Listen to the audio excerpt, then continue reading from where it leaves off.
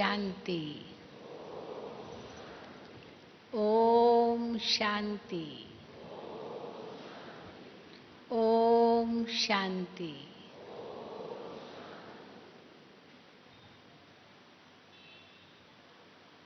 आज सवेरे हम सब ने बाबा के महावाक्य सुने।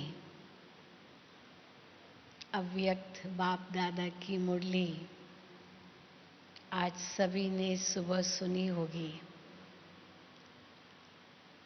जिसमें बाबा ने विशेष रूप से बेहद की वैराग्य वृत्ति अब हम बच्चों में होनी चाहिए, उस पर जोर दिया। और ब्रह्मा बाबा हमारे लिए बहुत श्रेष्ठ उदाहरण है। सभी दादियाँ हमारे लिए कितना ऊंचा उदाहरण है। तो हम देखें कि हम बाबा को, मम्मा को और हमारी दादियों को कहाँ तक फॉलो कर रहे हैं। दादियों ने मम्मा बाबा को फॉलो किया, मम्मा ने बाबा को फॉलो किया,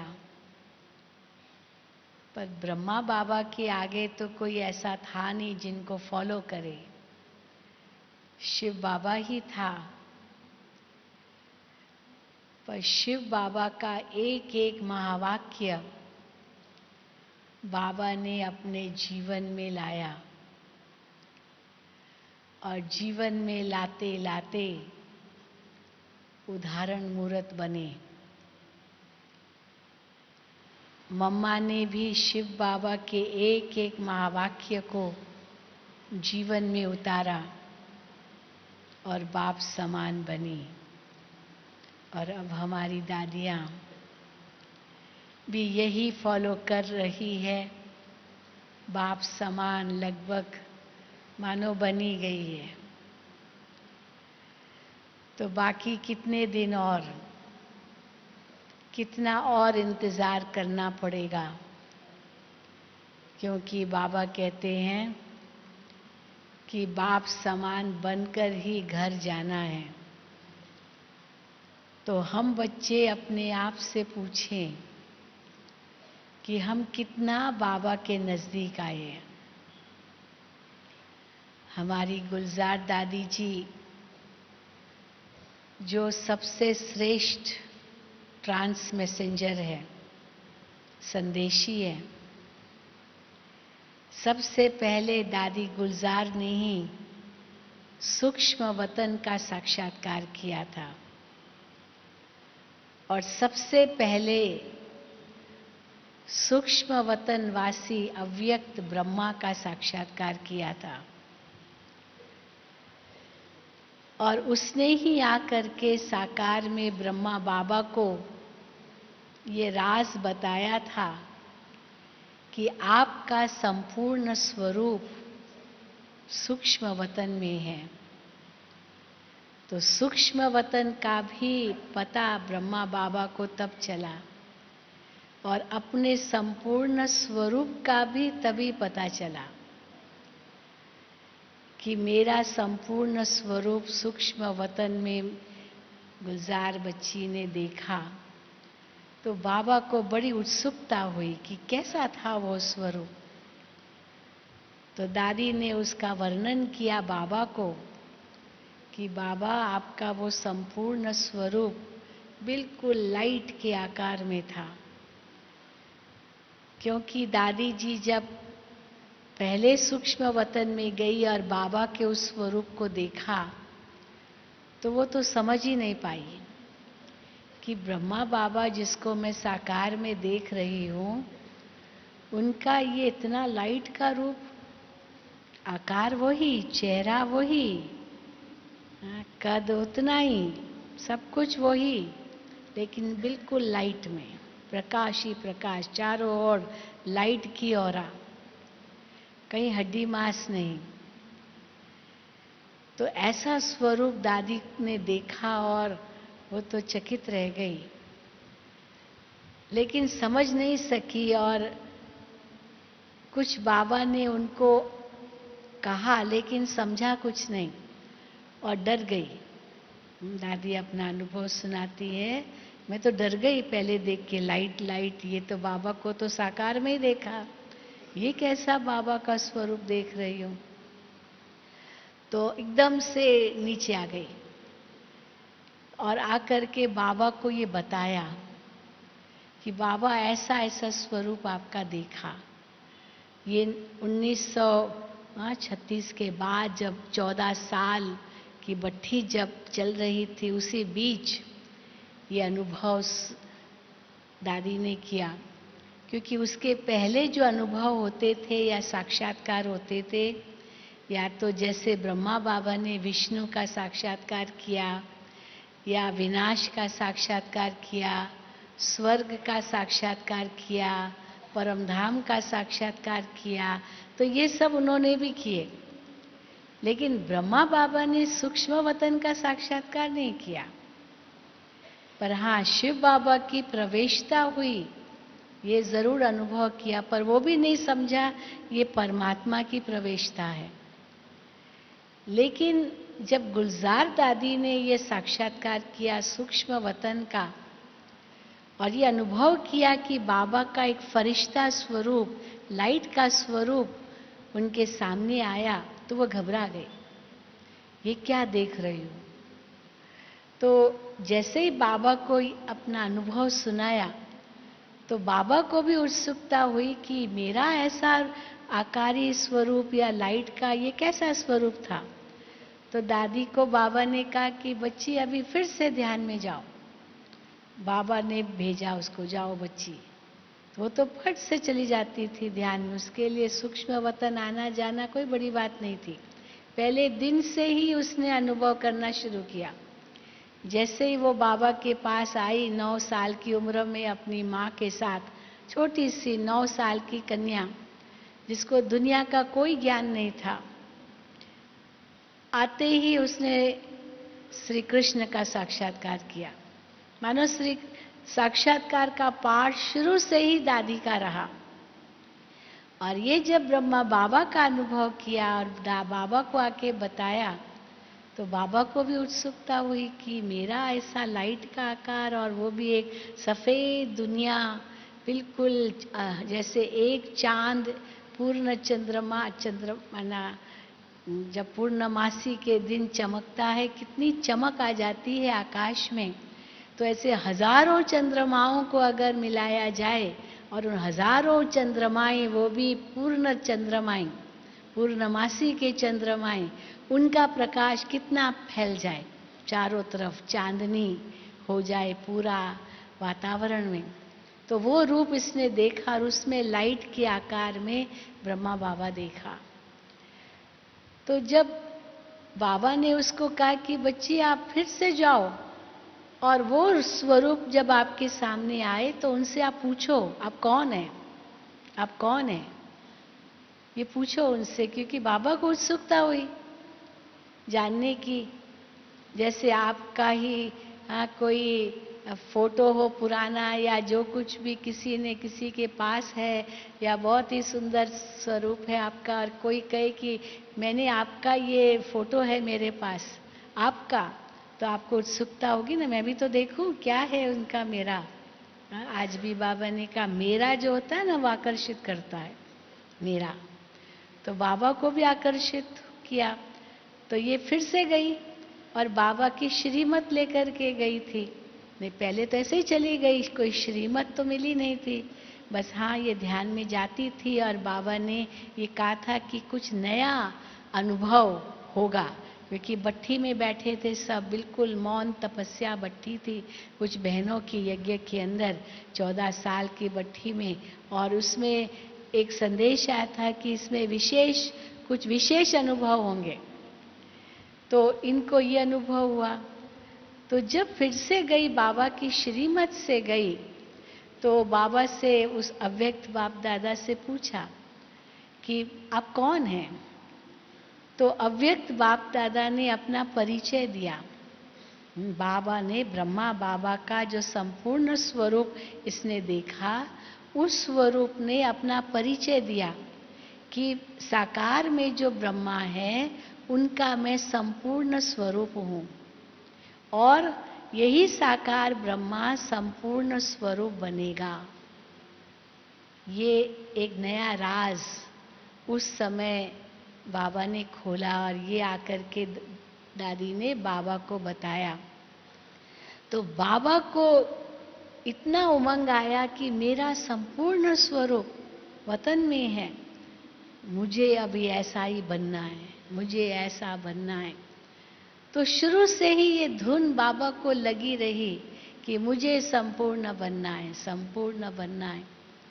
इसलिए देखो कैसे बाबा का ये यज्ञ आरंभ हुआ 1936 में, और 1969 33 वर्षों में ब्रह्मा बाबा अव्यक्त हो गए संपूर्ण होकर के।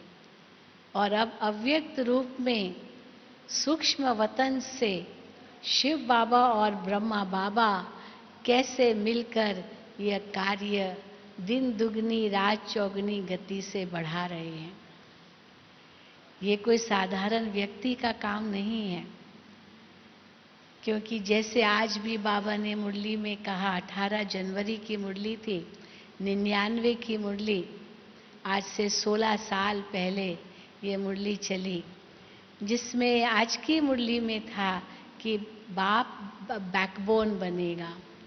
तो 69 में जैसे बाबा अव्यक्त हुए, उसके बाद की जो पहली अव्यक्त मुरली चली थी, गुलजार दादी के तन में बाप दादा आए, उसमें बाबा ने अनेक राज खोले कि कैसे अभी शिव बाबा ब्रह्मा बाबा जो सूर्य और चंद्रमा हैं वो गुप्त हो जाएंगे, और बच्चे जो सितारों के समान है वो दुनिया के आगे प्रत्यक्ष होंगे।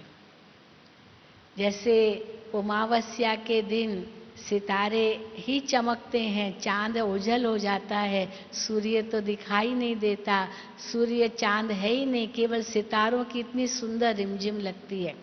जब सूर्य हो तो भी चंद्रमा होता है, सितारे होते हैं, लेकिन वो आकाश में कोई रिमझिम नहीं होती है।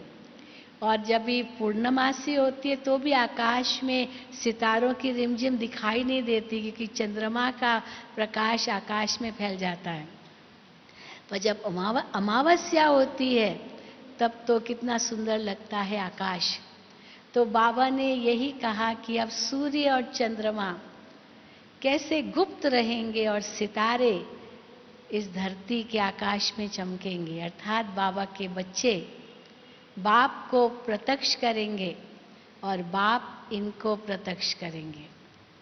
तो वो इस कुछ स्वरूप आज की मुरली में भी था कि आज के दिन 18 जनवरी जैसे ही दादी जी ने बागडोर संभाली, वो भी कैसे ब्रह्मा बाबा ने संकेत ही संकेत में सब कुछ विल पावर दे दी दादी जी को। आप सभी जानते होंगे वो समय, वो दृश्य आपके सामने आ सकता है कि कैसे बाबा अपने कमरे में बैठे थे और रात का समय था, लगभग 9 बजे थे। बाबा मुरली चलाकर आए थे और अंतिम 3 महावाक्य उच्चारण किए मुरली के बाद, बच्चे सदा निराकारी निरंकारी निर्विकारी रहना, अच्छा बच्चों से छुट्टी। कभी बाबा छुट्टी नहीं कहते थे, नमस्ते गुड नाइट, लेकिन छुट्टी शब्द कहा और बाबा कमरे में आ गए। और कैसे दादी जी उनके पास पहुंची, कमरे में गई देखने की आज तो जल्दी हो गया है, अब मैं बाबा से गुड नाइट करके आऊँ, नहीं तो रोज तो 10 बज जाते थे, उससे 9 ही बजे थे, जल्दी बाबा ने मुरली चलाई थी। और कैसे बाबा पलंग पर बैठे थे, अपने ही जो बाबा का पलंग है बाबा के कमरे में पांडव भवन में, और दादी जी उनके सामने बैठे खड़े रहे और देखा कि बाबा की आंखें बंद है और बाबा एकदम अव्यक्त हो गए, जैसे सूक्ष्म बिल्कुल न्यारे हो गए, एकदम इतना लाइट लाइट बाबा से दिखाई दे रहा था। दादी को कुछ समझ में नहीं, आंखें बंद थी। तो दादी ने बाबा को कहा, बाबा बाबा। बाबा ने आंखें नहीं खोली। बाबा तो एकदम न्यारे हो रहे थे। तो दादी ने बाबा का ध्यान खिंचवाने के लिए बाबा के हाथ पकड़े। बाबा बाबा तो 93 वर्ष के थे और दादी उस समय 46 साल की थे, यंग थी। और बाबा बाबा, तो बाबा ने आंखें खोली। और जैसे ही बाबा ने आंखें खोली, बस कहा कुछ नहीं, दादी जी बाबा से दृष्टि लेने लगी और हाथ बाबा के पकड़े हुए थे। और उसी समय बाबा व्यक्त हो गए। बिल्कुल उसी समय दृष्टि और हाथ के द्वारा बाबा ने सारी विल पावर दादी प्रकाश मणि जी को दे दी, बिना कुछ कहे। तो वही आज भी बाबा ने उस बात को दोहराया, जिस दिन बाप गुप्त हो गए और बच्चों को प्रत्यक्ष किया, तब बाबा ने कहा अभी शिव शक्तियों का पाठ चलेगा। अब तक तो बाप दादा थे साकार में, और बाप दादा अव्यक्त वतन से कैसे सब बच्चों को सकाश देंगे, वरदान देंगे और बच्चों को आगे बढ़ाएंगे, शक्ति प्रदान करेंगे, ताकि बाप का नाम बच्चे रोशन कर सके। तो देखो आज 46 साल से भी अधिक हो गए और इतनी तीव्र गति से बाबा की सेवाएं हो रही है और इतने बच्चे तैयार हो गए हैं सब बाप समान बनने के लिए, है ना? सभी तैयार, जो समझते हम तैयार हैं बाप समान बनने के लिए, हाथ उठाओ। हाँ, सारे ही बच्चे हाथ उठाएंगे, क्यों नहीं हाथ उठाएंगे? तो कैसे बन सकते हैं बाप समान? जितनी बाबा की अंतिम दिनों में इतनी बेहद की वैराग्य वृत्ति थी, जो सचमुच बाबा के हर कदम से महसूस होता था, मम्मा के हर कदम से महसूस होता था, दादियों के भी हर कदम से हम महसूस करते हैं। और अभी गुलजार दादी से तो पूरा ही महसूस करते हैं, सचमुच पूछो तो। ये सब बाप समान के नजदीक के संकेत है। ब्रह्मा बाबा के लिए तो जैसे दुनिया है नहीं है सब बराबर था, बस बाप और बच्चे, बाबा और बच्चे के सिवा और कुछ नहीं था। बाबा की आंख कभी भी किसी चीज में डूबी नहीं, जो कुछ भी कहा बच्चों के लिए, बच्चों के लिए। कैसे बेहद की वैराग्य वृत्ति, सब कुछ बच्चों के लिए, अपने लिए कुछ भी नहीं रखा। पुराना कमरा जो था पुराने मकान में, पांडव भवन का जो पुराना मकान है, उसी में बाबा रहे। अभी तो चलो बाबा के बाद बहुत रिनोवेशन किया है उस कमरे का।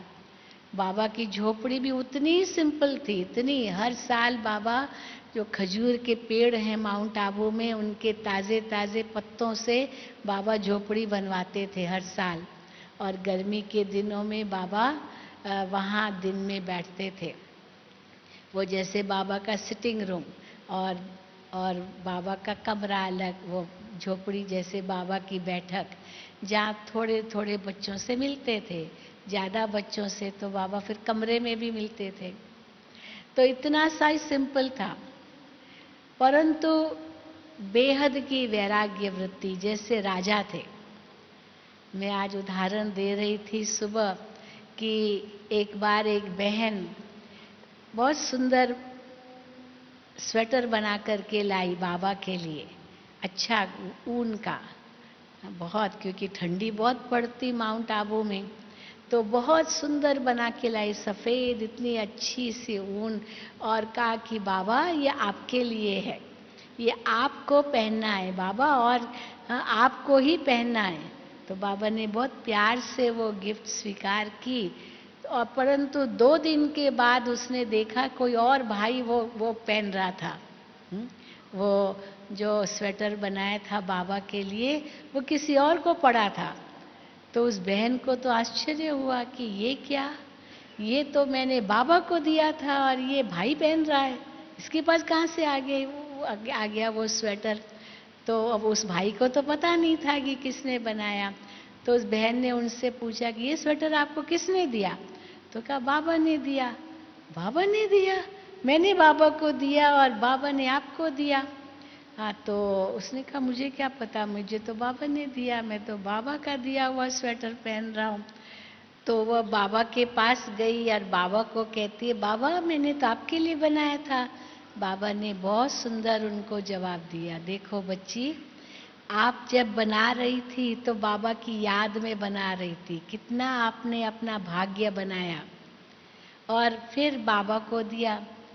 अब बाबा ने जिसको दिया वो कितना बाबा को याद करेगा। हाँ, बाबा ने हमको दिया, बाबा ने हमको दिया। तो देखो उसमें भी आपको शेयर मिल जाएगा। हाँ, भले दिया आपने, परंतु उसका भी भाग्य बन जाएगा, तुम्हारा भी भाग्य बन जाएगा। आपने बाबा को दिया, अभी बाबा जाने, बाबा का कार्य जाने। आपने बाबा को दिया, अपना भाग्य बना लिया। ये कितनी ऊंची बात है ये, क्योंकि बुद्धि में और कुछ नहीं था, बाबा था। और बाबा को ये बुद्धि में था कि ये सब बच्चों के लिए। हाँ, बाबा के लिए क्या है, सब बच्चों के लिए। तो इसी प्रकार बाबा कहते हैं जैसे ब्रह्मा बाप की यह बेहद की वृत्ति थी, सब बच्चों के लिए, इसी प्रकार हम बच्चों के अंदर कितनी वैराग्य वृत्ति है, सब सेवा के लिए है। ये तन भी सेवा के लिए है, ये मन भी सेवा के लिए है, ये धन भी सेवा के लिए है।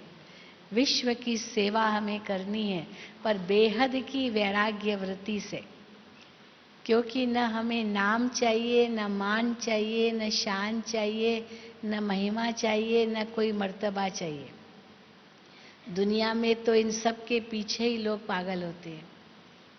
आज तो बाबा ने कहा, हाँ चाहिए चाहिए चाहिए की रट लगा कर बैठे हैं। हर बात में चाहिए, इतनी दुनिया भर की इच्छाएं रख कर के बैठे हैं।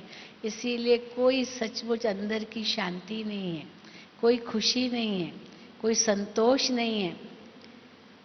जिसको बाबा कई बार कहते हैं, लोभी नर कंगाल है, लोभी नर कंगाल है, दुख पावत दुख देत। लोभी सदा दुखी रहता है, दूसरों को भी दुख देता है। निर्लोभी सदा सुखी, ईश्वर हरदम देत। हाँ देखो, निर्लोभी है तो सदा बाबा देता ही रहता है, कभी बाबा के बच्चों का भंडारा खाली नहीं होगा। आज भी बाबा ने आश्वासन दिया कि कैसे बाबा के बच्चों को रोटी कपड़ा मकान तो मिल ही रहा है ना, मिल रहा है ना सब कुछ। दुनिया में तो देखो क्या क्या हो रहा है, क्या दुनिया की हालत लगी पड़ी है, बात मत पूछो। लेकिन बाबा कहते अंत के समय भी, जबकि सब कुछ दूषित हो जाएगा, सब कुछ जहरीला भी हो सकता है, सब कुछ वातावरण भी बिगड़ सकता है और हो सकता है खाने को कुछ भी न मिले। तो बाबा ने एक बार कहा था, पहले सब्जी न भी मिलेगी पर दाल रोटी तो मिलेगी। दाल रोटी तो मिलेगी, क्योंकि आटा और दाल चावल तो ये तो घर में रहता है, परंतु सब्जी तो शायद सड़ जाए, बहुत अतिवृष्टि हो या अनावृष्टि हो, और अंत में चलो वो भी न मिले, वो भी न मिले शायद, तो बाबा वतन में बुला करके सूबी रस पिलाएंगे, जैसे कि भूख लगेगी ही नहीं, यही अनुभव करेंगे। क्योंकि ब्रह्मा माँ की छत्र छाया में, आज बाबा ने कितना सुंदर कहा, जैसे माँ की छत्र छाया में है, माँ अपने पेट पर पट्टी बांध करके भी बच्चे को देगी, भले खुद नहीं खाएगी पर बच्चे को देगी। तो इसीलिए ब्रह्मा माँ है और शिव बाबा पिता है, दोनों पालना कर रहे हैं, और ब्रह्मा बाबा अभी भी हमारी पालना कर रहे हैं। क्यों नहीं कर रहे हैं? कभी भी ये संशय नहीं उठना चाहिए कि हम तो देते हैं, क्योंकि बाबा उसका 100 गुना, लाख गुना, पदम गुना वापस देता है। 21 जन्म तो दूर की बात, वो तो बाद की बात, पर अभी भी कोई कम नहीं है। लेकिन आज बाबा ने चेतावनी दी, बाबा ने सावधान किया। क्या सावधान किया? कि साधनों के पीछे मत जाओ, साधन कहीं साधना के बीच में रोड़ा न बने, क्योंकि जब हम साधनों के पीछे जाते हैं तो बेहद की वैराग्य वृत्ति खत्म हो जाती है। इनको ये है मुझे भी चाहिए, इनको ये है ये मुझे भी चाहिए। आजकल की युवा पीढ़ी का तो हाँ कहाँ दिमाग पहुंच रहा है, ये मोबाइल इनको है मुझे चाहिए, ये 20,000 का, ये 30,000 का, ये 50,000 का मुझे भी चाहिए।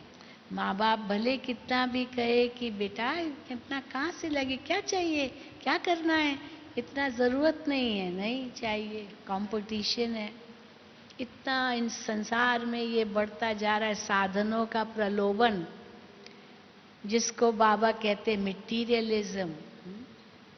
ये सारा जो साधनों का प्रलोभन दुनिया में बढ़ रहा है, ये विज्ञान का जो कुछ हो रहा है, ये मनुष्यों को और दे अभिमान में ला रहा है। और यहाँ बाबा कहते हैं छोड़ना भी नहीं है। कई लोग हम लोगों को कहते हैं आप लोग तो सन्यासी हो, तो आप लोगों के पास ये टीवी किस लिए है, ये सब किस लिए है, ये सब किस लिए, आप लोग तो सन्यासी हो। तो बाबा कहते तुम हद के सन्यासी नहीं हो। बाबा ने एक बहुत सुंदर मुरली चलाई थी जिसमें बाबा ने कहा ये जो विज्ञान के साधन है ना, ये भी सब आपके काम में आ रहे हैं, क्योंकि आपको इस विज्ञान के साधनों के द्वारा ही सेवा बढ़ानी है। बाबा के दिनों में तो कुछ भी नहीं था। ये ब्रह्मा बाबा के सामने पहली बार जब टेप मशीन आई तो ब्रह्मा बाबा को भी आश्चर्य हुआ, क्योंकि वो जिसने जो टेप मशीन लाया वो बाबा को आके दिखाया, बाबा इसमें जो आप आवाज़ भरेंगे ना वो रिकॉर्ड हो जाता है, फिर आपकी आवाज़ हम दोबारा सुन सकते हैं, जो आपने कहा वो फिर से सब सुन सकेंगे हम। तो ब्रह्मा बाबा ने कहा अच्छा ऐसे होता है क्या? तो बाबा को सुनाया कि ये आवाज़ जो कुछ आपने मुरली चलाई वो टेप में भरी। उस समय पहली जो टेप भरी मोटी मोटी स्पूल होती थी, वो जैसे टेप होती है ना, जैसे रील होता है वैसे था। और फिर बाबा को सुनाया तो बाबा को लगा अच्छा ये हूबहू रिपीट हुआ। हाँ, तो बाबा ने कहा ये मेरा नंबर 1 बच्चा है, टेप मशीन मेरा नंबर 1 बच्चा है, क्योंकि बाबा की मुरली पूरी रिपीट कर सकता है। जो बाबा ने कहा वो पूरी रिपीट कर सकता है। भले वो टेप मशीन तो जड़ चीज थी, लेकिन नंबर 1 बच्चा हो गया जो सारी मुरली रिपीट कर सका। तो बाबा को इतनी खुशी हुई, इतनी खुशी हुई, और बाबा ने विश्व रतन दादा को तैयार किया, जाओ बच्चे ये सब बड़े बड़े सेंटरों पर ले जाओ, ये बड़ी बड़ी स्पूल, इतनी बड़ी टेप मशीन होती थी, वो ले जाओ और बाबा की आवाज़ सबको सुना, और जैसे डायरेक्ट बाबा के महावाक्य सुन रहे हैं। क्योंकि उस समय ईशु दादी लिखती थी जो बाबा की मुरली जो भी हमारे पास साकार में कागज़ पर मुरलियाँ हैं, वो ईशु दादी अपने शॉर्ट हैंड में लिखती थी, और वो जो लिखत थी वो उसको फिर वो ठीक करके वो मुरलियाँ बनती थी। नहीं तो बाबा की मुरली 1 घंटा तो बहुत हो जाए पेज, लेकिन कितना बना सकेंगे, लिखत कितनी कर सकते हैं। तो उसी अनुसार करती थी जो आज हमारे सामने ये साकार मुरलियाँ हैं। लेकिन जो टेप में फिर भरी, फिर उसमें से ली गई आदि, फिर तो देखो कहाँ बाबा की मुरली जिस दिन चलती थी उसके कितने दिनों के बाद वो समझो लिथो हुआ, फिर वो पोस्ट हुआ, 15 दिन 20 दिन के बाद जाके उनको पहुंचती थी, मानो जैसे इतनी पुरानी हो गई। और आज देखो विज्ञान का चमत्कार, बाबा की मुरली यहाँ चलती है और डायरेक्ट सब सुनते हैं, देखते हैं बाबा को, और देखो सबके मोबाइल में आ जाता है, पता नहीं कहाँ कहाँ पहुँच रहा है। ये सब विज्ञान की तो शक्ति है। अगर ये सब विज्ञान नहीं होता तो बाबा के महावाक्य ऐसे कहाँ मिलते। लेकिन बाबा कहते हैं ये सब विज्ञान का सुख तुम्हारी सेवा के लिए। तो इसका जो पॉजिटिव रूप है वो भले लो, मना नहीं है, लेकिन इन साधनों के वश मत हो जाओ। इसके लिए बाबा कहते साधना को मजबूत बनाना है, बेहद की वैराग्य वृत्ति चाहिए। अगर है यूज करो, उनसे कुछ प्राप्ति करो, उनको कुछ अपने जीवन में लाओ, नहीं है तो दुखी भी मत हो जाओ। आजकल इंटरनेट नहीं है तो कितना गुस्सा आता है, इंटरनेट नहीं है, इंटरनेट नहीं है, चल नहीं रहा है, जैसे कि उसके बिना जीवन ही नहीं है। हाँ, ऐसा हो गया दुनिया में, वाईफाई नहीं है, ये नहीं है, वो नहीं है, क्या नहीं लगा पड़ा है। परंतु बाबा कहते करो, सब कुछ है, यहाँ भी देखो सब जगह है। हाँ, इतना कनेक्शन है, इंटरनेट है, सब कुछ है, कंप्यूटर्स है, क्या नहीं है। परंतु बेहद की वैराग्य वृत्ति, यहाँ हद का संन्यास नहीं है, पर बेहद का इतना संन्यास है कि हमारा कुछ भी नहीं है, सब है फिर भी कुछ नहीं है और नहीं है। मुझे याद है एक बार बाबा की साकार में अव्यक्त मुरली थी बाबा की, जिसमें बाबा ने कहा था, बच्ची एक दिन आएगा, घर घर में बाबा का संदेश पहुंचेगा, घर घर में। उस समय टीवी नहीं थी, उस समय कोई ये सैटेलाइट चैनल्स नहीं थे, कुछ भी नहीं था, तो घर घर में संदेश पहुंचेगा। अब घर घर में कैसे पहुंचेगा, ये एक बड़ा प्रश्न तो था ही।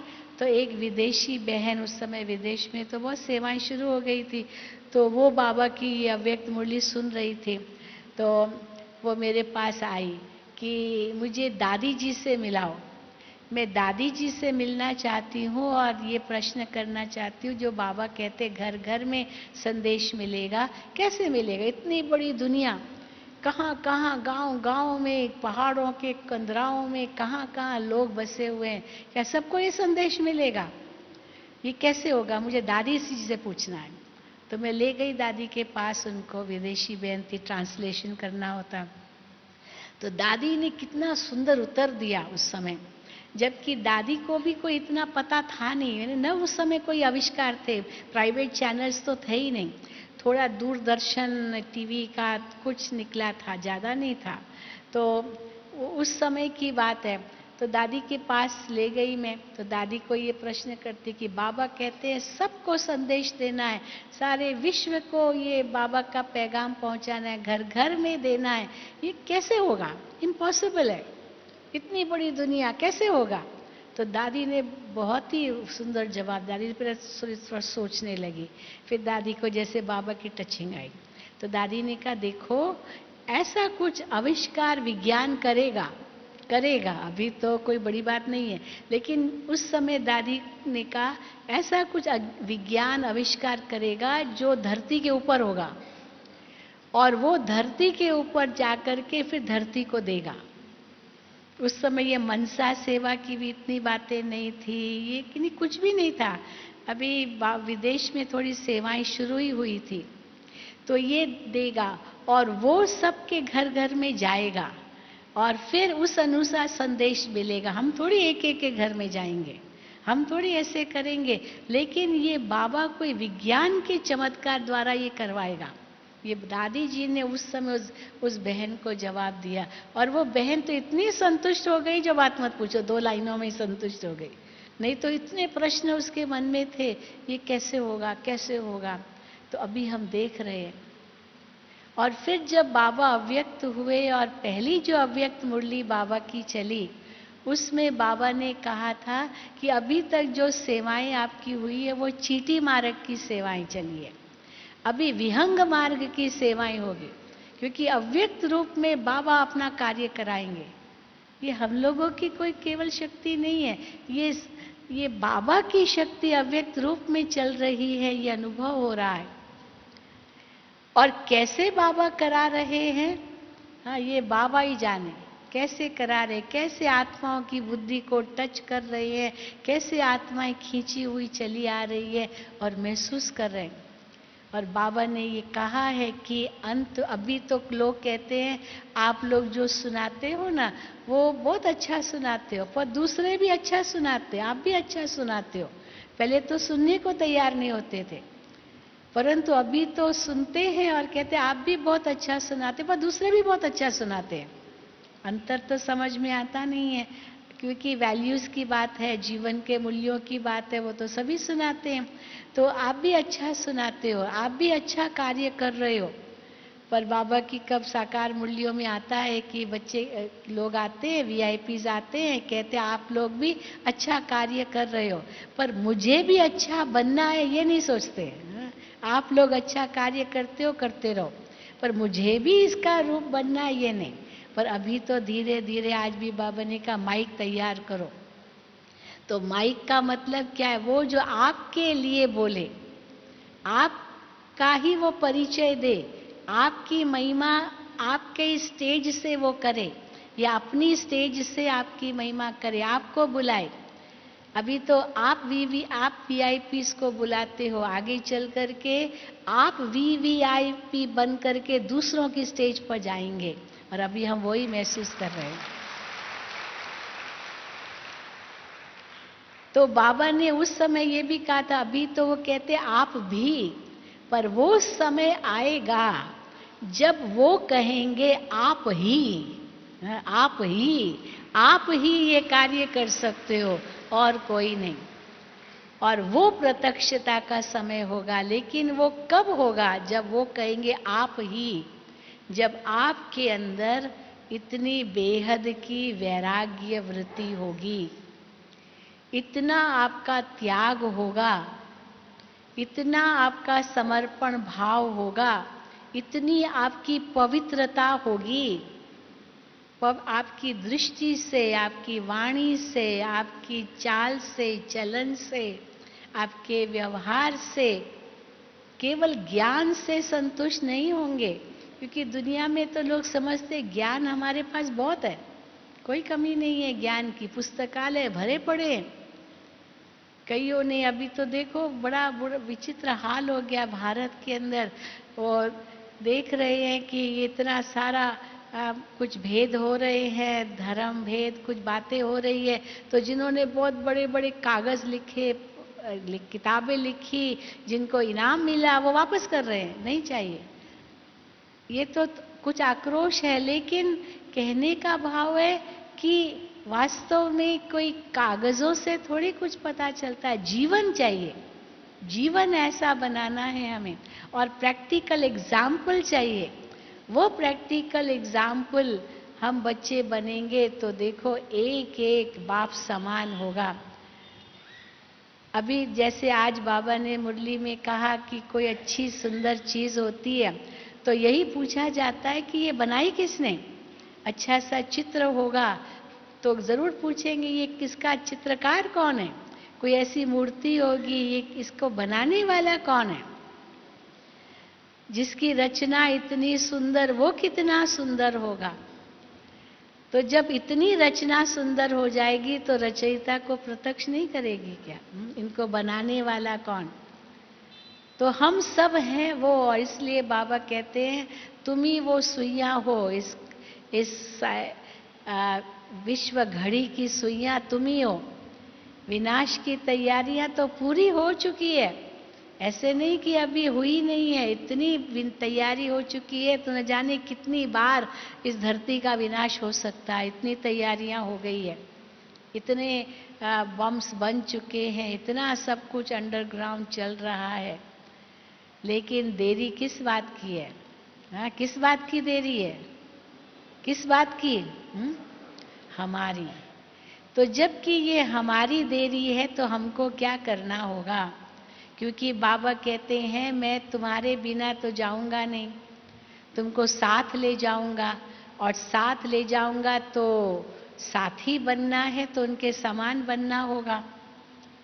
नहीं तो बाराती बन के भी तो जाएंगे जरूर, यहाँ छोड़ के तो जाने वाले नहीं है बाबा।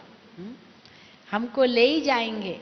और बाबा ने उस कल मुरली में कहा, कल की या परसों की, ये तो शरीर तो यहीं छोड़ने हैं। ये शरीर कैसे पीस जाएंगे? जैसे सरसों मिसल, सरसों मिसल ये सब शरीर पीस जाएंगे, कोई किसी का क्रियाक्रम करने वाला नहीं होगा। कल की बाबा की मुरली थी कि देखो शिव बाबा इस सृष्टि पर आते हैं, जाते हैं, जन्म और मरण तो है नहीं, प्रवेशता होती है, कब जाते हैं पता भी नहीं चलता है। कब ब्रह्मा तन में शिव बाबा आते थे, कब आए और कब गए पता ही नहीं चलता था, क्योंकि हाँ, कोई परिवर्तन तो होता नहीं था ब्रह्मा बाबा के चेहरे में, क्योंकि बाबा की का तेज तो सदा ही मस्तक पर हम लोग देखते थे। मुझे भी अनुभव है बाबा का अनुभव, बाबा के मस्तक का साकार में, जैसे वो ही तेज दिखाई देता था कि शिव बाबा उनसे अलग है, ये महसूस ही नहीं होता था। तो अभी हम ये गुलजार दादी से देखते हैं, बिल्कुल बाप समान। हाँ, तो उस समय की जो बात है कि कैसे बाबा मुरली में कहते थे कि तुम ही वो ये इस घड़ी की सुइयां हो, तुम्हारे लिए सब इंतजार हो रहा है।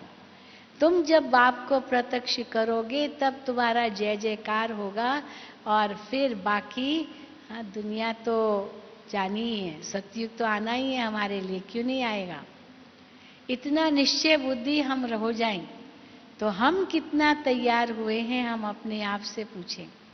और उसके लिए बेहद की वैराग्य वृत्ति हमारी कितनी है। कई प्रश्न करते हैं कि पिछली बार भी दादी गुलजार, अभी ध्यान हम बैठे हैं सब दृष्टि ले रहे हैं, परंतु हमेशा जब बाप दादा आते हैं तो पहले जाती है गुलजार दादी, पता चलता है, थोड़ा झटका आता है।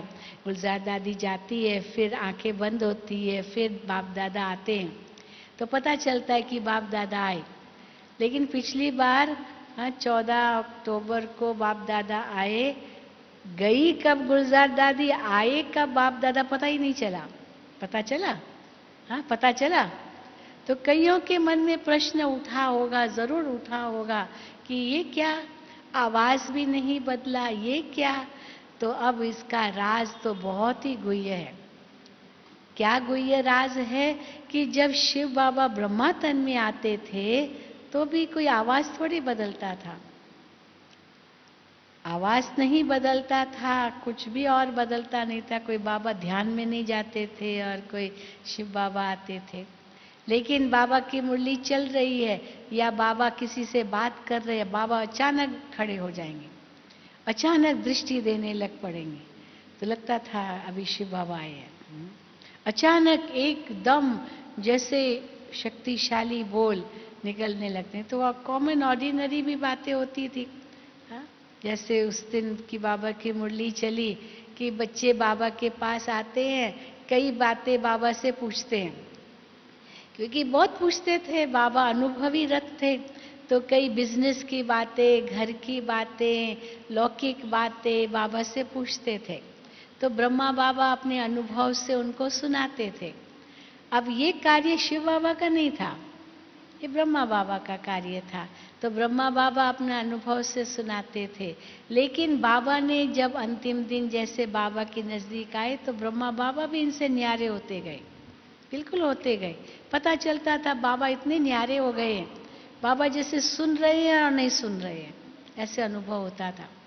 कोई बहन, एक बार वो बहन अपना अनुभव सुना रही थी कि मैं बाबा के पास गई और मैंने बाबा को सेवा समाचार सुनाया। हाँ, बहुत शायद बड़ा चढ़ा करके भी सुनाया होगा, क्या पता, लेकिन मैं बाबा को सुना रही थी। पर मैं देख रही थी बाबा को कि बाबा सुनते हुए नहीं सुन रहे, बाबा तो बहुत न्यारे हो गए। तो मैं तो हैरान हो गई, चुप हो गई कि मैं क्या करूं, बाबा को सुनाऊं नहीं सुनाऊं। तो मैं चुप हो गई। और फिर बाबा ने मुझे प्यार से कहा, बच्ची आपने ये सब पत्र में लिखा था ना। तो बेचारी घबरा गई कि हाँ लिखा तो था बाबा को सब पत्र में। तो बाबा ने कहा बाबा जानते हैं। हाँ? यानी ऐसे नहीं कहा कि बच्ची बस अभी बहुत सुना लिया, अभी मत सुनाओ और। हाँ, ऐसे नहीं, बच्ची बाबा जानते, यानी बाबा क्योंकि सुनते हुए बाबा न्यारे हो गए, क्योंकि इन बातों में अभी जैसे बाबा उपराम होते जा गए थे। कितनी बातों में बाबा उपराम होते गए थे। अब और बहुत कहानियां हैं, हम तो बड़ों से सुनते आए हैं और बाबा को खुद भी देखा था बचपन में। तो वो सुनाने बैठे तो और घंटा लग सकता है। लेकिन इतना ही कि जैसे ब्रह्मा बाबा कैसे अव्यक्त होते गए होते गए होते गए और ये महसूस होने लगा। लास्ट में ब्रह्मा बाबा किस प्रकार, बाबा की जो अंतिम मुरलियां आप देखेंगे 1968 अगस्त से सितंबर, अक्टूबर, दिसंबर, जनवरी तक या जो मुरलियां, वो कितनी पूरा बेहद की वैराग्य वृत्ति की मुरलियां थी। उन्हीं मुरलियों में बाबा ने, बच्चे तुमको टावर ऑफ पीस बनना है, बच्चे तुम्हें शांति का हाउस बनना है, लाइट हाउस बनना है, माइट हाउस बनना है, सारे विश्व को शांति की लाइट देनी है। और उसी के आधार से देखो ब्रह्मा बाबा की याद में शांति स्तंभ बना, शांति स्तंभ, ज्ञान स्तंभ और शक्ति स्तंभ और पवित्रता स्तंभ। ये बाबा ने मुरलियों में कहा था, ये बच्चों को बनना है। और बाबा बनते गए, इसीलिए वही यादगार ब्रह्मा बाबा का ये शांति स्तंभ और 4 स्तंभ जो शांति स्तंभ के हैं वो बने। तो हमें भी ये करना है, पर उसके लिए क्या करना होगा? जो बाबा कहते आजकल, देखते हुए नहीं देखो, सुनते हुए नहीं सुनो। इतनी सारी बातें होती है, अभी उपराम होते जाओ। ये क्यों हुआ, ये क्या हुआ, ये कैसे हुआ, उनमें मत जाओ, क्योंकि अंतिम हिसाब किताब सबके चुकतू हो रहे हैं। 63 जन्मों के हिसाब किताब चुकतू हो रहे हैं। किसका क्या, कैसा कनेक्शन, संबंध, किस प्रकार का व्यवहार, कैसा। लेकिन मुझे क्या करना है, बस यही सोचना है। मेरी वृत्ति, मेरी दृष्टि, मेरी स्मृति, मेरी कृति, मेरा व्यवहार कैसे होना है। आज भी बाबा ने वरदान में कहा, वो आग लगाए और तुम क्या करो, क्या करो, पानी डालो, फायर ब्रिगेड बनो। वो कैसे बनेंगे? जब अंतर में हमारी भावना इतनी ऊंची होगी। वो भले कैसा भी है, हमारी भावना कैसी है, उसको महसूस हो रहा है नहीं हो रहा है वो जाने, पर आखिर तो महसूस होगा ही, क्यों नहीं होगा महसूस। आज बाबा की मुरली में था, व्यक्त मुरली में 18 पॉइंट्स में बंधन मुक्त। तो उसी साल ये मुरलियां चली थी, जो 99 में वो मुरलियां चली थी, जिसमें इन सब बंधनों से मुक्त होना है। देह से मुक्त, देह के पदार्थों से मुक्त, देह के संबंधों से मुक्त, ये मेरा तेरा 18 बातें थी। तो किसी ने बताया बाबा को 18 बातें, तो इन सब से मुक्त होना है, तब बाबा प्राइज देंगे।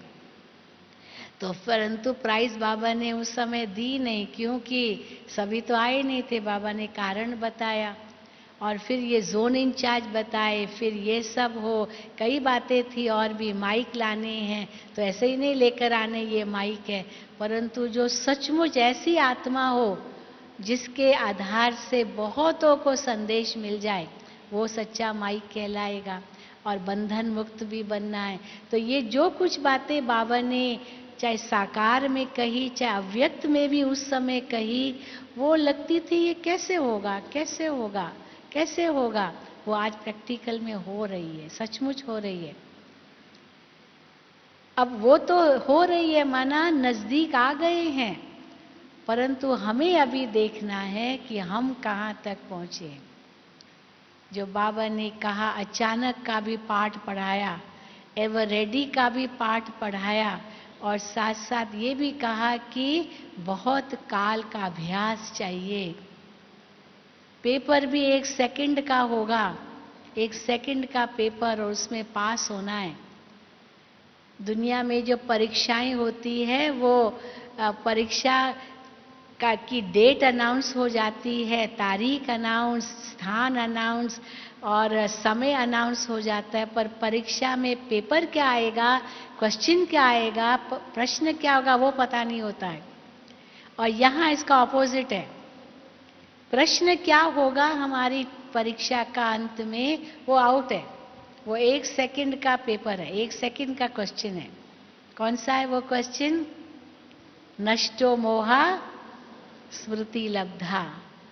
1 सेकंड में नष्टो मोहा कितना बने हैं, उसके अनुसार पास विद ऑनर मिलेगा, उस अनुसार मार्क्स मिलेगी। परंतु वो स्मृति लब्धा, नष्टो मोहा 1 सेकंड में होने के लिए एवर रेडी बनना पड़ेगा, बहुत काल का अभ्यास होना चाहिए, फिर उसके लिए एवर रेडी बनना पड़ेगा। और क्योंकि अचानक होगा इसीलिए समय स्थान और बाकी बातों का पता नहीं चलेगा। उन परीक्षाओं में तो समय स्थान और ये सब पता चलता है, बाकी क्वेश्चन क्या पता नहीं। और यहाँ क्वेश्चन का पता है लेकिन समय स्थान इसका पता नहीं, क्योंकि अचानक होगा। अचानक होने के लिए एवर रेडी बनना पड़ेगा, और एवर रेडी बनने के लिए बहुत काल का अभ्यास चाहिए। कोई बच्चा परीक्षा में परीक्षा देने जाना है और पढ़ाई की नहीं है तो बहुत काल का अभ्यास है ही नहीं, तो कभी भी पास नहीं होगा। इसलिए क्वेश्चन पेपर आउट है, पर क्योंकि अचानक होना है इसीलिए एवर रेडी बनना होगा, इसीलिए बहुत काल का अभ्यास चाहिए। ये 3 बातों का अगर हम पूरा ध्यान देंगे, अटेंशन देंगे, तब हम सचमुच बेहद की वैराग्य वृत्ति का अनुभव कर सकेंगे। और तब हम बाबा को कह सकेंगे, बाबा हम अभी तैयार हैं। कहें बाबा को, बाबा हम तैयार हैं, कभी भी ले चलो। तैयार हैं सभी? जो समझते तैयार हैं हाथ उठाएं।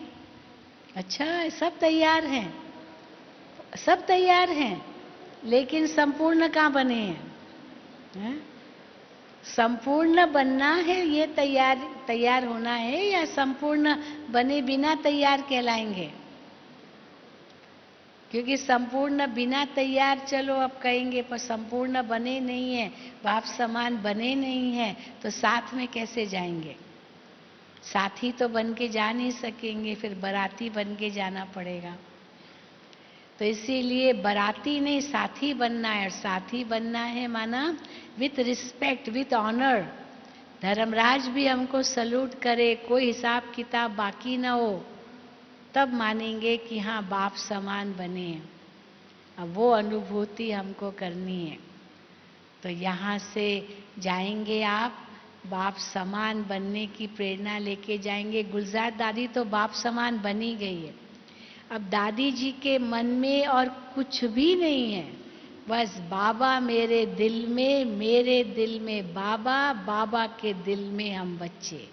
इसके सिवाय दादी अभी कुछ सोचती नहीं है, और बाबा भी वही कह रहे हैं। तो कई कहते हैं अभी बाबा की और आगे कुछ मुरली इतनी चलती नहीं, बस बाबा वही बात कहते, क्योंकि बाबा हमको तैयार कर रहे हैं। अंत में यही काम आने वाला है, मैं बाबा का और बाबा मेरा। अंत में बाबा के सिवा और कोई याद न आए, न व्यक्ति याद आए, न वस्तु याद आए, न वैभव याद आए, न कोई घटनाएं याद आए, कोई स्थान याद आए, कुछ भी याद न आए। ये अंतिम पेपर की तैयारी है जो अचानक होना है, और उसके लिए एवर रेडी होना है। और हम दादियों को प्रत्यक्ष रूप में देख रहे हैं। इसीलिए बाबा ने भले कहा लेट हैं, पर टू लेट नहीं है। अभी बाबा ने ये कहना भी बंद कर दिया है। पहले जब बाबा पहली बार वालों को उठाते थे तो बाबा उनको कहते थे, फर्स्ट टाइमर्स को, पहली बार वालों को, बाबा को खुशी होती थी कि बच्चों की बहुत वृद्धि हुई है, क्योंकि आधी सभा तो पहली बार वालों की थी, पहली बार बाबा से इस सभा में मिल रहे हैं। तो बाबा को खुशी होती थी कि इतने बच्चे बढ़ गए, इतने बच्चे बढ़ गए हैं, क्योंकि नए बच्चे आए हैं। तो बाबा कहते थे, बच्चे आप बहुत भाग्यशाली हो, last so fast so first जा सकते हो, जा सकते हो। अभी तक टू लेट का बोर्ड नहीं लगा है, बाबा उनको कहते थे। लेट का बोर्ड तो लग ही गया, पर टू लेट नहीं लगा है। तो कई पूछते थे टू लेट क्या होता है, टू लेट का बोर्ड माना क्या?